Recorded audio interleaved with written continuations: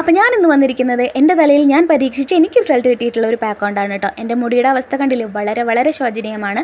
മാത്രമല്ല നമ്മൾ മുടി പിടിക്കുമ്പോൾ തന്നെ ഇങ്ങനെ കൊഴിഞ്ഞ് പോവുകയാണ് കേട്ടോ.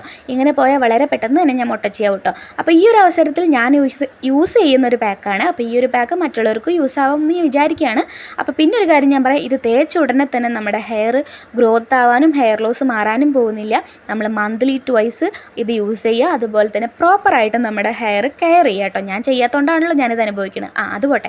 ഹെയർ നന്നായി മസാജ് ചെയ്തതിന് ശേഷം നല്ല പല്ലകലുള്ള ഒരു ചീർപ്പ് എടുത്തിട്ട് നന്നായിട്ട് തന്നെ ഹെയറിലുള്ള കെട്ടുകളൊക്കെ ഒന്ന് കളഞ്ഞു കൊടുക്കുന്നുണ്ട് കേട്ടോ. ഇതിപ്പോൾ നമ്മൾ ഒരു ഓയിൽ ചെയ്യുകയാണെങ്കിലും പാക്ക് ഇടുകയാണെങ്കിലും അതിന് മുന്നേ ഹെയറിലുള്ള ജട കളയുന്നത് എന്തുകൊണ്ടും നല്ലതാണ്.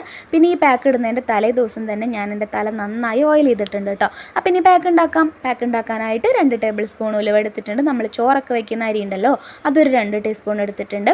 അതിനുശേഷം നന്നായി കഴുകി ഒരു നൈറ്റ് മുഴുവൻ സോക്ക് ചെയ്ത് വെക്കുക കേട്ടോ.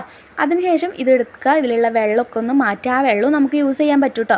നന്നായി കുതിർന്നിട്ടുണ്ട്. ഇനി ഇതിലോട്ട് നമുക്കൊരു ഫുൾ കോഴിമുട്ടയും പിന്നെ നല്ല കട്ടിയായിട്ടുള്ള പുളി കുറവുള്ള കുറച്ച് തൈരും കൂടെ ഒഴിച്ചു കൊടുത്തിട്ട് ഇത് നന്നായിട്ട് നല്ല പേസ്റ്റായിട്ട് അരച്ചെടുക്കണം കേട്ടോ. അപ്പോൾ ഇതേ നമ്മുടെ പാക്ക് ഇവിടെ റെഡിയാണ്. ഇനി ഈ പാക്ക് നമുക്ക് തലയിൽ അപ്ലൈ ചെയ്യണം. അപ്പോൾ അത് ആ പാക്ക് ഇതാ ഇവിടെ റെഡി ആയിട്ടുണ്ട്. ഇനി ഇതിൻ്റെ കൺസിസ്റ്റൻസി ഞാനൊന്ന് കാണിച്ചു തരാം കേട്ടോ. വളരെ ലൂസല്ലാതെ ഒരു സ്റ്റിക്കി ഫോമിലാണ് കേട്ടോ നമ്മുടെ പാക്ക് ഇരിക്കുന്നത്. അപ്പോൾ ഇങ്ങനെ ഇരിക്കുന്നതുകൊണ്ട് തന്നെ ഇത് നമ്മുടെ തലയിൽ നമുക്ക് വളരെ എളുപ്പത്തിൽ തന്നെ അപ്ലൈ ചെയ്യാനും പറ്റും കേട്ടോ. അപ്പോൾ അതിന് ശേഷം നമുക്കിത് അപ്ലൈ ചെയ്യാം.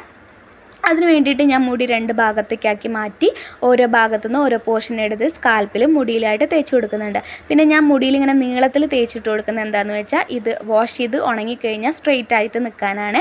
അപ്പോൾ ഞാൻ ഫുൾ ഹെയർ ഇതേമാതിരി തേച്ച് കൊടുത്തിട്ട് ഇങ്ങനെ ഇട്ടിരിക്കുകയാണ് കേട്ടോ. അപ്പോൾ ഇങ്ങനെ ഇട്ടിട്ട് ഡിസ്റ്റർബൻസ് ഉള്ളവർക്ക് ഇത് കെട്ടി വയ്ക്കാം, ഒരു പ്രശ്നവുമില്ല കേട്ടോ. അപ്പോൾ ഞാൻ ഫുള്ളായിട്ട് തേച്ച് കൊടുത്തിട്ടുണ്ട്. ഇനി ഞാനിതൊരു 2 മണിക്കൂർ ഇങ്ങനെ വെക്കും കേട്ടോ. വേറെ ഒന്നുമല്ല, ആ സമയത്ത് നമ്മുടെ വീട്ടിലുള്ള പണികൾ മുഴുവൻ നമുക്ക് ചെയ്യാം. ഇനി ഇങ്ങനെ വെച്ച് നീരിറക്കും തണുപ്പൊക്കെ ഉള്ളവരാണെങ്കിൽ ഒരിക്കലും ഇങ്ങനെ വെക്കരുത്, പണി കിട്ടും കേട്ടോ. അപ്പോൾ അത് ഉണങ്ങുമ്പോഴേക്കും നമുക്ക് വാഷ് ചെയ്യാം. ഇനി വാഷ് ചെയ്ത് കാണാം. അപ്പോൾ അതാ ഞാൻ വാഷ് ചെയ്ത് നല്ല കുളിച്ച് സുന്ദരിയായിട്ട് വന്നിട്ടുണ്ട് കേട്ടോ. അപ്പോൾ നമ്മുടെ ഹെയർ കണ്ടോ, അപ്പോൾ വളരെ സോഫ്റ്റായിട്ട് വളരെ അടിപൊളിയായിട്ട് തന്നെ മുടി നിൽക്കുന്നുണ്ട്. നമ്മുടെ ജടയൊക്കെ പോയി. അപ്പോൾ ഇതേ കണ്ടില്ലേ, നമ്മുടെ മുടിയുടെ ഫുള്ളായിട്ടുള്ള സ്ട്രക്ചർ ഇതാണ് കേട്ടോ.